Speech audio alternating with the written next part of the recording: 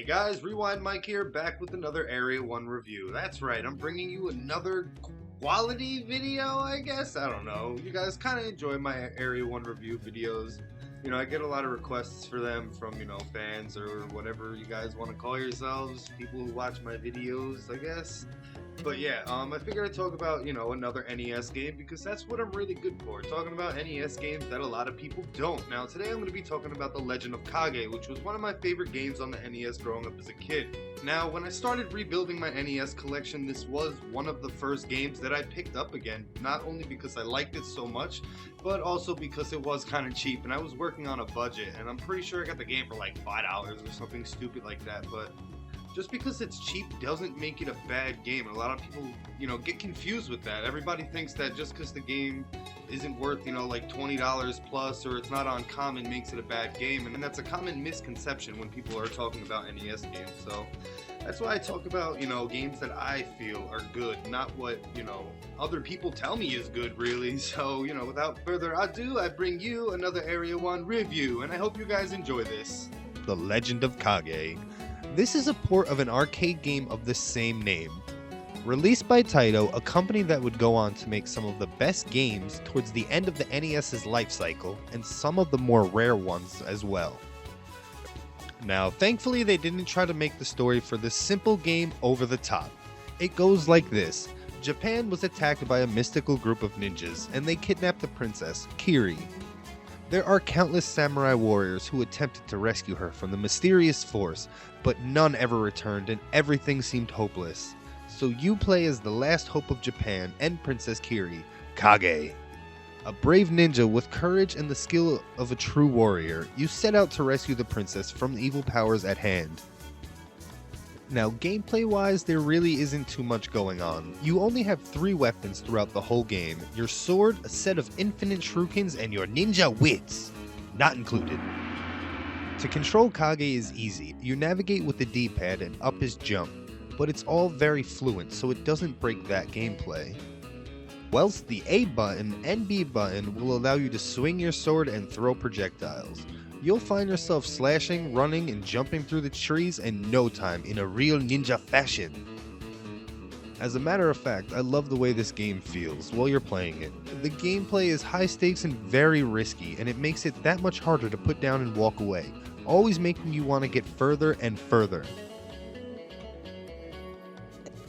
Throughout the game, there are a few power-ups that you can collect. As far as I can tell, these power-ups show up on complete random. The crystal ball will make your shuriken stronger and larger and allowing them to move faster when thrown, and also reward the player with additional points to rack up those lives. You're gonna need them. The crystal orbs also change Kage's color, letting you know what level you are. Another cool thing about this power-up is it allows you to take more than one hit before dying. It diminishes through the levels until you're dead. Running through the woods, you will also come across these ninja scrolls. When you grab one of these, it is instantly used, but it will clear the screen of any enemies running onto it for a good 10 to 15 seconds. To be honest, the lack of enemies in this game can be underwhelming. It's all a big addition to the gameplay though, and making you feel like a ninja. There are your typical red and blue ninjas. The blue one throws shurikens and the red guy throws the bombs, killing you no matter what level you are. The only real threat there is are the monks. They are fast and relentless.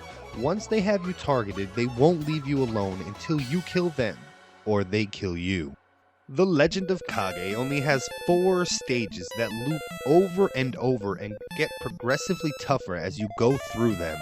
This doesn't take away from the gameplay though, not for me at least. I keep pushing through them because the gameplay is so damn good. The first level will have you running through the woods, killing everything in your path. There is no end to this stage. You can run to the end if you want, but it will do you no good. To actually complete it, you need to kill X amount of ninjas, then kill the blue monk a certain amount of times, then another wave of ninjas until the red monk appears. It's him that you need to take out to move on to the next area. This part of the game is a little simpler. You find yourself outside the wall of the castle where the princess is being held captive. All you need to do is kill the allotted amount of enemies given to you at the bottom of the screen to move on. Once moving through the gates, we find ourselves at the bottom of the castle wall. It's time to ninja our way to the top and make it inside the castle. All you really need to do is get to the top of the stage in one piece. And finally, after many tries, you make it to the castle. Time to get the princess and get the hell out of there. Fighting wave after wave of enemy, you run up the stairs, charging even faster as you can taste victory in the air. At the top of the tower is the princess tied up. After cutting the ropes, we escape with her alive. Running and taking a leap off the top of the castle, we find ourselves running through the same woods where the game started. The princess gets kidnapped from you again, and you have to fight a pair of special white monks to complete the stage. This battle scene changes as you complete the stages more times. Once you get out of the summer stages and into the autumn stages, you have to fight a pair of evil samurai and not monks. They charge across the stage, swinging their swords at you, so watch out. They have the same skills and abilities as you do, so they will be running, jumping, and climbing through the trees trying to get you. So after running through the game about 3 or 4 times, we come to the winter scene.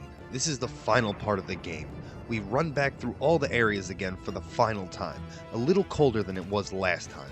We move through the freezing castle moat, climb the slippery castle wall, and run through the castle in an attempt to rescue the princess once and for all. She gets kidnapped again. But this time we are greeted by the Warlord Yoshi. This is the most random enemy in the game, but that doesn't make him tough. He appears on either side of the screen and charges at you full speed, slashing his swords like a wild man. The best way to meet him is head on in a whirlwind of sword spins. Once he falls, the game is finally over. You and the princess run up to each other and exit stage left. A text box pops up telling you that you rescued Princess Kiri and that evil has disappeared. After scrolling by, the screen remains black for a few seconds, and then ... however, pops up, leading into a second run of the game.